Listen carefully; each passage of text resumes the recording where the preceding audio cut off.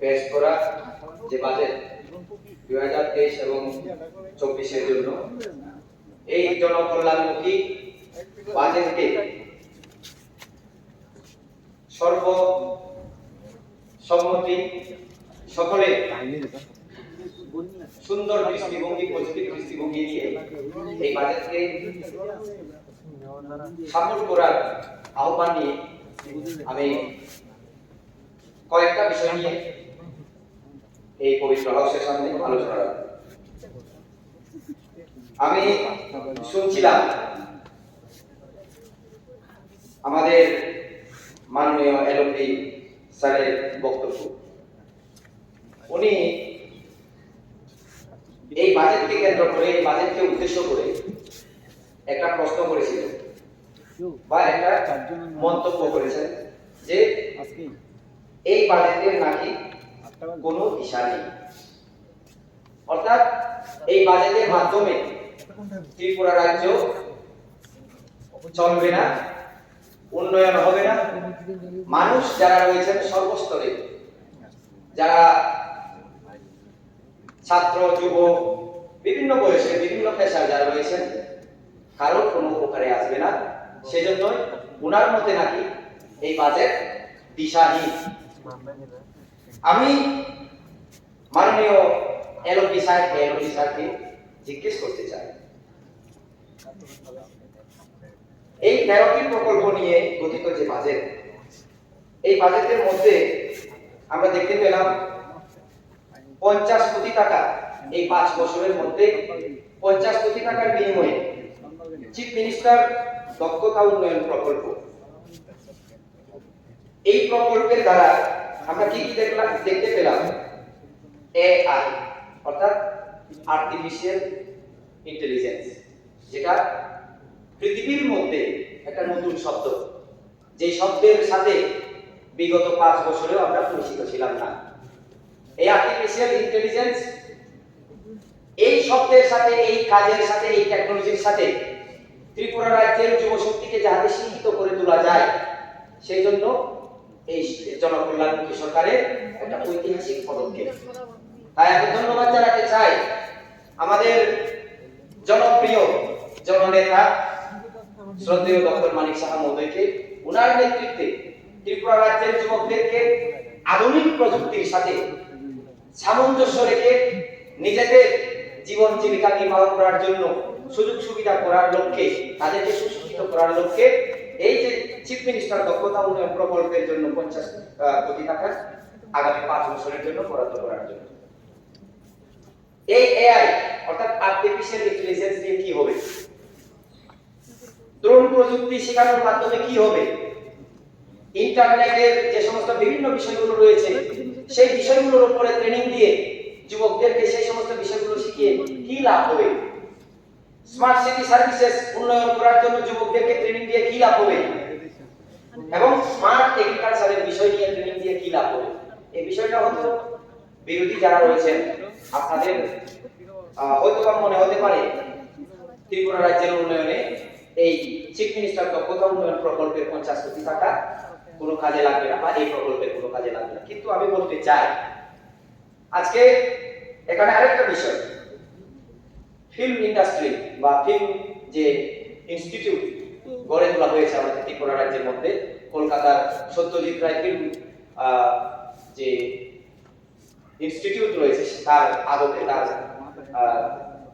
সেই তুলনায় বা অর্থাৎ সেই ধরনটাকে সামনে রেখে এখানে আমরা জানি বর্তমান যুগে, আমি আধুনিকতার কথা বলবো, এরপরে যাব বিভিন্ন বিষয়ে, অনেক যুবক বর্তমানে ব্লগার, বর্তমানে ইউটিউবার, বর্তমানে ইনস্টাগ্রামের এক একজন সেলিব্রিটি, তারা প্রত্যেকটা মাসে হাজার হাজার টাকা, কেউ কেউ আছেন লাখের উপরে টাকা ইনকাম করেন। কিভাবে? ইউটিউবে নিজের ট্যালেন্টটাকে প্রকাশ করার মাধ্যমে, ইনস্টাগ্রামে নিজের ট্যালেন্টটাকে প্রকাশ করার মাধ্যমে, এবং এই সমস্ত ইউটিউব, ইনস্টাগ্রাম, বিভিন্ন ব্লগ পরিচালনা করার জন্য দক্ষতার প্রয়োজন হয়, স্কিলের প্রয়োজন। সেই স্কিলটা গড়ে দেওয়ার জন্য আমাদের সরকার বিগত বাজেটে কি করেছিল? একটা ইনস্টিটিউট খুললো গত প্রথমবারের আমাদের যে সরকার ছিল, আমাদের মাননীয় মন্ত্রী সুশান্ত চৌধুরীর নেতৃত্বে। তো সেখানে একটা কোর্সের পড়াশোনা করে, একটা বিষয়ে পড়াশোনা করে স্টুডেন্টসরা পাস আউট হয়েছে। এখন আবার যুক্ত করে দেওয়া হয়েছে নতুন 5টি কোর্স, অর্থাৎ 5+1 6টা কোর্স নিয়ে পড়াশোনা চলবে। অর্থাৎ যে সমস্ত যুবক যুবতীরা গ্রাজুয়েশনের পর বা হায়ার সেকেন্ডারির পর শিক্ষা নিতে চায়, ড্রামা, অ্যাক্টিং বা বিভিন্ন বিষয়ে যারা নিজেকে সেই সমস্ত বিষয়গুলোর উপরে এস্টাবলিশ করতে চায়, তাদের জন্য একটা সুন্দর একটা ভবিষ্যৎ, সুন্দর একটা রাস্তা খুলে দেওয়া হবে। এটা কিন্তু কম নয়। আজকে আমরা যে বলি আত্মনির্ভর, আমাদের মাননীয় লিডার অফ অপোজিশন স্যার মহোদয় বলেছিলেন যে আত্মনির্ভর কি শুধু ভাষণে হবে, প্র্যাকটিক্যালি কি সেটা থাকবে না। আমি মাননীয় স্যারকে বলতে চাই, এটাই আত্মনির্ভরতা, যে আমাদের যুবক ছেলে মেয়েরা নিজের পায়ে যাতে দাঁড়াতে পারে, এটাই আত্মনির্ভরতা। আত্মনির্ভরতা মানে এই নয় যে চাকরি নেওয়ার মাধ্যমে, সরকারের কাছ থেকে সরকারি চাকরি দাবি করার মাধ্যমে শুধুমাত্র জীবন জীবিকা নির্বাহ করা, সেটা নয়। এটা আপনিও মনে করেন, আমিও মনে করি, কিন্তু দিস ইজ ক্লিয়ার যে you are opposing just as a opposition leader. আপনি একজন বিরোধী দল নেতা হিসেবে আমাদের বাজেটকে বিরোধ করার জন্য বিরোধ করছেন, কিন্তু আমি নিশ্চিত যে আমরা সবাই বিরোধী দলে, আমাদের অনারেবল এক্স এমপি এবং বর্তমান এই বিধানসভার মাননীয় সদস্য সিনিয়র লিডার জিতেন্দ্র চৌধুরী থেকে শুরু করে প্রত্যেকে আপনারা একমত যে নরেন্দ্র মোদীজির নেতৃত্বে যে ভারত, নরেন্দ্র মোদীজির নেতৃত্বে আজকের যে ত্রিপুরা, ডক্টর মানিক সাহাজির নেতৃত্বে আজকের যে ত্রিপুরা, এই ত্রিপুরা রাজ্যবাসী আগে কখনো দেখেনি, আগে কখনো দেখেনি। এটাই নতুন ত্রিপুরা, এটাই শ্রেষ্ঠ ত্রিপুরা, যে আমরা আশা করিনি শামনুর মতন এলাকায়। আজকে শামনুর নামটা টানছি এই কারণে, আমাদের বিরোধী দল নেতা স্যারের কাছ থেকেও শামনুর নামটা শুনতে পেয়েছিলাম, তার কারণে জলের বিষয়ে উনি পড়তে গিয়েছিলেন, কি পেপারে কোনো একটা খবর সম্ভবত উনি এনেছিলেন, যেখানে শামনুর ব্যাপারে জলের বিষয়ে একটা খবর উঠেছিল। আমি বলতে চাই এখানে ক্লিয়ার করি, গত 5 বছরে আমি যা দেখলাম, DWS ড্রিঙ্কিং ওয়াটার এন্ড স্যানিটেশনের দপ্তরের তরফ থেকে যে সমস্ত ড্রিঙ্কিং ওয়াটারের জন্য জলের ব্যবস্থা, জলের যোগান করার ব্যবস্থা হয়েছে, এর আগে ত্রিপুরা রাজ্যবাসী তা দেখতে পায়নি। তারপরেও বিভিন্ন জায়গায় রাস্তা অবরোধ জলের জন্য বিভিন্নভাবে, নাটকীয়ভাবে। এর পেছনে কারা আমরা সবাই জানি, কারণ 2023 বিধানসভাকে কেন্দ্র করে ওনারা চেয়েছিলেন ভারতীয় জনতা পার্টির সরকারের বিরুদ্ধে অপপ্রচার করার মাধ্যমে নিজেদের দিকে জনসমর্থন কুড়িয়ে নেওয়ার চেষ্টা করেছিলেন, অপচেষ্টা বলা যায়। কাজে সেই চেষ্টায় কিন্তু ওনারা সফল হতে পারেননি। কেননা আজকে শাহপুরের মানুষ যেটা ভাবতে পারেনি, গোবিন্দবাড়ি, পূর্ব গোবিন্দবাড়ি, রাজমণির ওয়াজাপাড়া, টাঙ্কারের ওয়াজাপাড়া, তালচড়ার মতন এলাকায় মাননীয় মন্ত্রী, মুখ্যমন্ত্রী এবং DWS এর প্রাক্তন মন্ত্রী সুশান্ত চৌধুরীর নেতৃত্বে যে সমস্ত ডিপ টিউবওয়েল গুলো আমরা বোরিং করে সাকসেসফুল হয়েছি, সেই সমস্ত জলের এগুলো কিন্তু ব্যবস্থা করা বিগত দিনে আমরা দেখতে পাই। কাজে এটা কি আত্মনির্ভরশীলতা নয়? এটা কি জনজাতির উন্নয়ন নয়? তালছড়ার মানুষ পরিশুদ্ধ পানীয় জল খাবে, পরিশুদ্ধ পানীয় জল পান করবে, সেটা কি জনজাতির জন্য নয়? জনজাতির জন্য কি শুধু এডিসির প্রশাসনকে টাকা দিয়ে পরিচালনা করার জন্য এডিসির জনজাতির উন্নয়ন হবে? আজকে আমরা এখানে, আমি বলতে পারি, একদম নিঃসন্দেহে বলতে পারি, আমি আশা করেছিলাম যে এমএলএ হিসাবে 2018 ইংরেজিতে নির্বাচিত হওয়ার পর আমি শামনুর বিধায়ক হিসেবে যখন কাজ করা শুরু করি, তখন দেখেছিলাম যে এডিসি স্কুলগুলো, আমার অনারেবল মেম্বার উল্লেখ করেছিলেন, মাস্টার নেই, ক্লাস চলে না, স্টুডেন্টসের সংখ্যা কম। আমাদের আরেকজন ত্রিপুরা দলের মাননীয় মেম্বার এই বিধানসভা, উনি উল্লেখ করেছিলেন স্টুডেন্টস নেই, মাস্টার নেই, কেন হবে? আমি মনে করেছিলাম, আশা করেছিলাম, এবার যেহেতু জনজাতি ভিত্তিক একটা রাজনৈতিক দল, জনজাতি জনজাতিদের উন্নয়নের জন্য আশা দিয়ে, আকাঙ্ক্ষা দিয়ে, একটা স্বপ্ন দেখিয়ে নিজেরা এডিসিতে সরকার গঠন করেছেন। হয়তোবা এবার এডিসির স্কুলগুলো সুন্দরভাবে চলবে, হয়তোবা এবার জেবি স্কুলগুলো সুন্দরভাবে চলবে, টিচাররা ক্লাস করতে যাবেন, এসপি স্কুলগুলোতে শিক্ষক মহোদয়রা নিজেদের দায়িত্ব পালন করার জন্য ওখানে যাবেন। আমাদের জনজাতির যে সমস্ত ছেলে মেয়েরা আগরতলায় এসে পড়াশোনা করতে পারে না, ধর্মনগরে গিয়ে পড়াশোনা করতে পারে না, কুমারঘাটে গিয়ে পড়াশোনা করতে পারে না, তাদের জন্য চিন্তা ভাবনা করে আমাদের এডিসির যে সরকার রয়েছে ত্রিপুরা মোতার নেতৃত্বে, জনজাতির কথা বলে যারা এডিসির ক্ষমতা দখল করেছেন তাদের নেতৃত্বে সম্ভবত এই জিনিসটা ঠিক হয়ে যাবে। কিন্তু না, দুর্ভাগ্যের বিষয় আমরা উল্টো কি দেখতে পেলাম। আমাদের মেম্বার মাননীয় সদস্য উল্লেখ করেছেন কি, যে স্কুলগুলোতে এডিসি ইলেকশনের আগে 4 জন ছিল টিচার, 6 জন ছিল টিচার, সেই সমস্ত টিচার গুলো সবাই যার যার বাড়িতে আসলো, স্কুলগুলো ফাঁকা। একজন টিচার দিয়ে কি স্কুল চলে? একজন টিচার দিয়ে কি স্কুল চলে? আপনারা বলবেন না। তাহলে কেন? আপনারা কেন বলছেন না? আপনাদের গুণগান গাই, আপনারা ওদের সুযোগ সুবিধা দিচ্ছেন, কিন্তু একবারের জন্য চিন্তা ভাবনা করছেন না যে পাহাড়ের স্টুডেন্টস গুলো কিভাবে পড়াশোনা করবে, কিভাবে তাদের ভবিষ্যৎ উজ্জ্বল হবে। না, সেদিকে লক্ষ্য নেই। শুধু লক্ষ্য যারা এডিসি ইলেকশনের আগে আমাদেরকে আপনাদেরকে সাহায্য করেছিল সে তাদের সুবিধার করছে। এই হলো বিষয়। আজকে দুর্ভাগ্যের বিষয়, আজকে যারা জনজাতিদের উন্নয়নের কথা বলে এডিসিতে সরকার গঠন করেছেন ওনারাই বেমালুম ওনাদের শিক্ষা ব্যবস্থা কিভাবে চলছে। কিন্তু আমি confident on our government, state government. কিভাবে? দুটো বিদ্যাজ্যোতি স্কুল, একটা সামুদ্র ক্লাস 12 স্কুল আর একটা সৈলেন্দ্রা গভর্নমেন্ট ইংলিশ মিডিয়াম স্কুল। এই দুটো স্কুলে পতন পাতন চলছে। বর্তমানে সৈলেন্দ্রা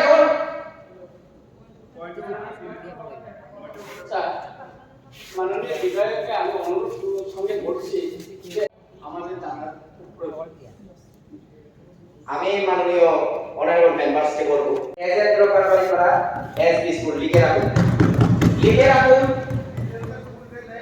লিখে রাখুন। টাঙ্কারায় রাজাপাড়া জেবি স্কুল লিখে রাখুন। মুক্তদয়া আলাদা আমার কনস্টিটিউয়েন্সি স্কুলগুলোর নাম বলে শেষ হবে না, আপনার লাগবে। এই ব্যাপারে আপনি কি কোনো ব্যবস্থা নিয়েছেন বা কোনো অভিযোগ করছেন? Yes yes, I told in ISADC ISK আমি আইএস এর সাথে কথা বলেছিলাম। আইএস এর এডিসি যে আইএস ইন্সপেক্টর অফ স্কুল ওনাকে বলেছিলাম, ওনার কাছে দ্বারস্থ হয়েছিলাম, লিখেছিলাম, কোনো উদ্যোগ নেই। উল্টো কিভাবে শিক্ষা ব্যবস্থাকে আরো বরবাদ করা যায় সেই চেষ্টাটা চালাচ্ছেন। আমি ধিক্কার জানাই, এলাকার জনগণের প্রতিনিধি হিসাবে আমি ধিক্কার জানাই। এই অবস্থা পরিবর্তন দরকার। আপনারা সবাই এগিয়ে আসুন।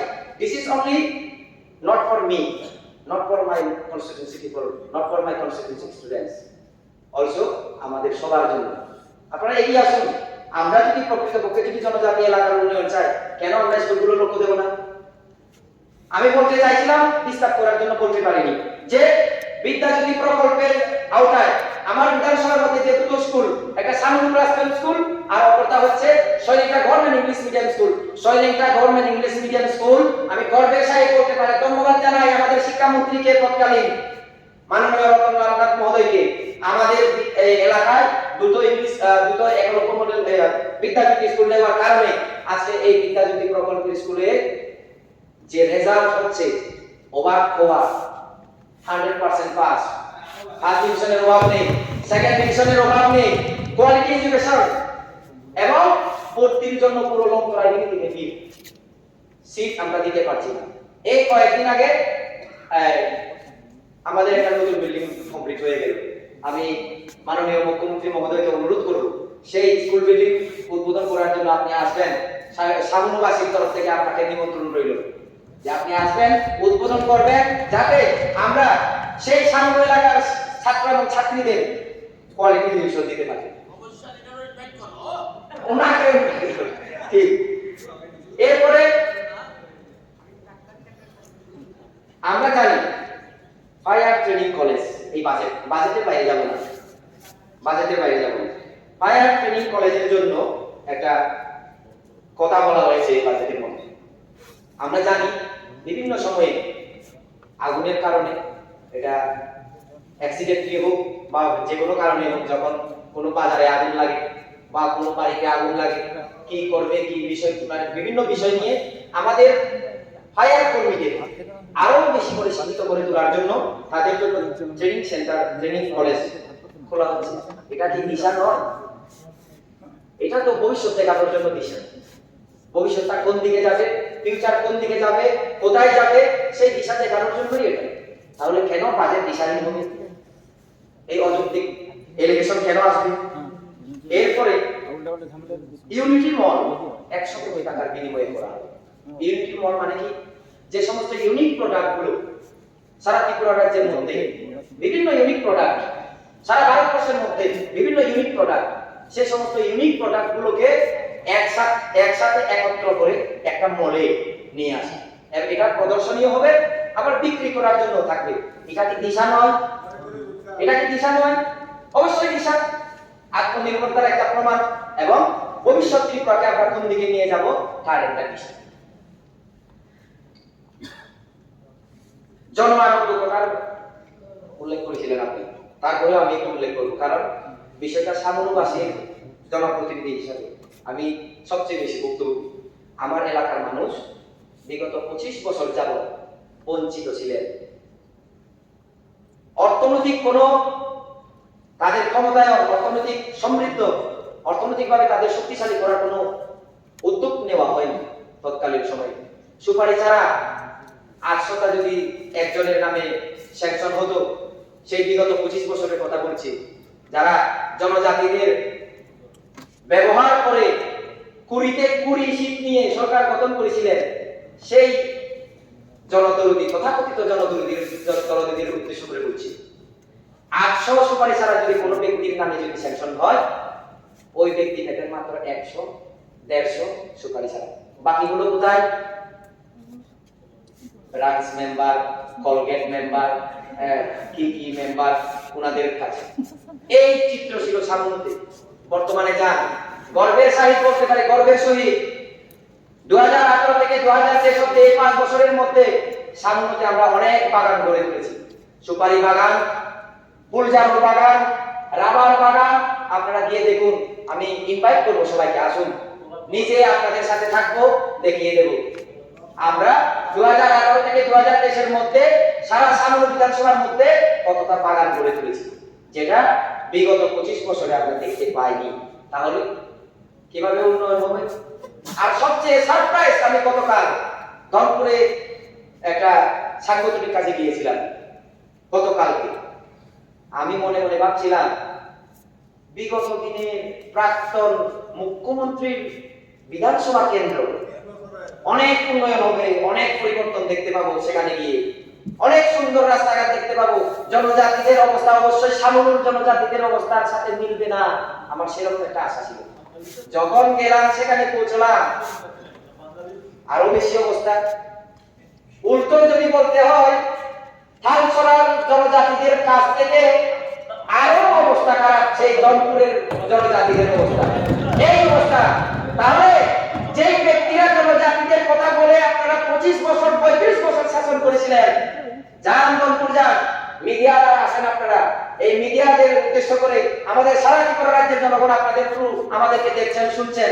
আমি সবাইকে অনুরোধ করবো, একবার যান, দেখুন ধনপুর, সেই কারণের কথা দেখবেন, প্রমাণ পাবেন ওনারা কিভাবে আমাদের রাজ্যটাকে পরিচালনা করেছিলেন। কিন্তু দুর্ভাগ্যের বিষয়, আজকে আমাদেরকে বেশি উন্নয়নের জন্য পরামর্শ দেওয়াকারী যারা এই বিরোধী বেঞ্চে বসেছেন, পূর্বে কিন্তু ওনারা একটা কথা তুলতে পারেননি, একটা কথা বলতে পারেননি সেই সমস্ত স্বৈরাচারীদের বিরুদ্ধে, একনায়কতন্ত্রের সিদ্ধান্তকারীদের বিরুদ্ধে। আর আজকে গণতান্ত্রিক, সর্বপ্রিয় গণতান্ত্রিক দল ভারতীয় জনতা পার্টির নেতৃত্বে পরিচালিত সরকারকে ওনারা প্রশ্নবিদ্ধ করছেন। এই হচ্ছে না, সেই হচ্ছে না, অমুক হচ্ছে না, সুমুক হচ্ছে না। দেখুন ভিলেজ কমিটিতে বিগত 25 বছরে আমি নিজে ভুক্তভোগী, সামনে এলাকার মানুষ, ভিলেজ কমিটিগুলোতে কত টাকা পেতাম আমরা? 70,000, 80,000 প্রত্যেকটা বছর ফাইন্যান্সিয়াল ইয়ারে। 70,000, 80,000 বাড়িয়ে বললাম, কমটা বললাম না, বাড়িয়ে বলে দিলাম, 90,000 বলে দিলাম। তাহলে সেই ফান্ড দিয়ে কি একটা পঞ্চায়েত চলে? বর্তমানে আমাদের সরকার আসার পর ফাইন্যান্স কমিশনের টাকা দিচ্ছে, 15 লক্ষ, 12 লক্ষ, 13 লক্ষ, তাহলে এই হচ্ছে topper did 25 years and now. এই হচ্ছে টপার, এই হচ্ছে পার্থক্য। কাজে আমাদের সরকার সবকা সাথ, সবকা বিকাশ, সবকা প্রয়াস, সবকা বিশ্বাস, এই যে মন্ত্র নিয়ে আমরা চলি, আমাদের সরকার এই মন্ত্রটাকে সামনে রেখে আগামী দিনে আমাদের রাজ্যটাকে কিভাবে এক ত্রিপুরা, শ্রেষ্ঠ ত্রিপুরা করা যায়, সেই লক্ষ্যকে নিয়ে সামনে রেখে আমরা চলছি। এখানে আমার বন্ধু my brother has arise the political demand of their party, that is Greater Tirupura। এটা তাদের রাজনৈতিক দাবি হিসেবে ওই পার্টি থেকে নির্বাচিত হয়ে এসেছেন। অবশ্যই আপনারা বলবেন, তাতে আমার কোনো দ্বিধাবোধ নেই। কিন্তু আমাদের রাজনৈতিক দলের একজন কার্যকর্তা হিসেবে, আমাদের ভারতীয় জনতা পার্টির একজন কার্যকর্তা হিসেবে আমরা ভারতবর্ষকে আমরা আমাদের মায়ের সমতুল্য মনে করি, ভাবি, শ্রদ্ধা করি, রেসপেক্ট করি। আমরা স্বপ্ন দেখি ভারত মায়ের জন্য, বেঁচে থাকি ভারত মায়ের জন্য, মরলে মরি আমরা ভারত মায়ের জন্য। কাজে এই ভারত মাকে টুকরো টুকরো যাদের নেতৃত্বে হয়েছিল স্বাধীনতার আগে, স্বাধীনতার পরে, বিভিন্ন জাতি ভিত্তিক, সম্প্রদায় ভিত্তিক ভাবে, সেই সম্প্রদায় ভিত্তিক, জাতি ভিত্তিক ডিভাইডেশন আমরা চাই না। তার কারণে as a simple member of our party, I can't say that I demand Greater Tirupura, I can't say this one, but আমরা চাই এক ত্রিপুরা, শ্রেষ্ঠ ত্রিপুরা। আমি ধন্যবাদ জানাই, আপনারা ইলেকশন জিতেছিলেন Greater Tirupura নিয়ে, কাজে আপনারা বলবেন, কিন্তু আমাদের ক্লিয়ার কনসেপ্ট যে আমরা ভারত মায়ের জন্য, এক ভারত শ্রেষ্ঠ ভারতের জন্য আমরা কাজ করি। কাজে আপনারা জানেন হয়তো Greater Tirupura জীবনে সম্ভব নয়, তারপরে আপনারা বলবেন, অবশ্যই অসুবিধা নেই, কাজে আপনার রাজনৈতিক বিষয়। কিন্তু আমি অনুরোধ করব, বিভেদ করবেন না, আসুন একসাথে করি, একসাথে চলি, একসাথে বসবাস করি এবং আগামী ভারতবর্ষকে সুন্দর একটা ভারতবর্ষ, সুন্দর একটা ত্রিপুরা রাজ্য গড়ার মাধ্যমে কিভাবে আমরা সবাই সুন্দরভাবে চলতে পারি, বাঁচতে পারি, তার চিন্তা ভাবনা করে সুন্দর পজিটিভ দৃষ্টিভঙ্গি নিয়ে চলি। কিন্তু আমাদের মানুষদেরকে বিভ্রান্ত করে নয়, ভুল পথ দেখিয়ে নয়, সুন্দর রাস্তা দেখান এবং যে সমস্ত অসুবিধাগুলো চলছে, সেই সমস্ত অসুবিধাগুলো, সমস্যাগুলো কিভাবে সমাধান করা যায় তার চেষ্টা চালিয়ে যাই আমরা সবাই মিলে, এই চেষ্টাতে আসুন। আর সবচেয়ে দুর্ভাগ্য বিষয়, আজকে যে সমস্ত যার কন্ট্রোল করছে, যে সমস্ত রাজনৈতিক দলের বন্ধুরা আগে ত্রিপুরাল্যান্ড সাপোর্ট করতো না, আজকে তারাই Greater Tirupura দাবি যারা করেন, ওনাদেরকে সাথে নিয়ে আমাদের বিরুদ্ধে লেগে যান। হাস্যকর বিষয়, দুর্ভাগ্যের বিষয়। কাজে আমি সেই দলের লোকদেরকে রিকোয়েস্ট করব, প্লিজ ডিভাইড করবেন না রাজ্যটা। ছোট্ট রাজ্য আমরা, ছোট্ট রাজ্যটাকে আরেকটা রাজ্য করা এটা অসম্ভব ব্যাপার, এটা জীবনে হবেও না। কাজে এরপরেও আপনারা যদি রাজনৈতিক ফায়দা লুটার জন্য এই সমস্ত বিষয়গুলো তুলেন, এই সমস্ত বিষয়গুলো যদি করেন, তাহলে কিন্তু রাজ্যবাসীর মঙ্গল হবে না। আমি দীর্ঘায়িত করব না স্যার, সর্বোপরি এই বাজেটকে আমি সুন্দর বাজেট এবং সবাইকে এই বাজেটটাকে সমর্থন করে সুন্দরভাবে রাজ্যবাসীর কাছে একটা সুন্দর মেসেজ দেওয়ার জন্য অনুরোধ করে আমার বক্তব্য মাননীয় মুখ্যমন্ত্রী, মাননীয় অর্থমন্ত্রী মহোদয়কে ধন্যবাদ জানিয়ে এখানে শেষ করছি। নমস্কার, থ্যাংক ইউ।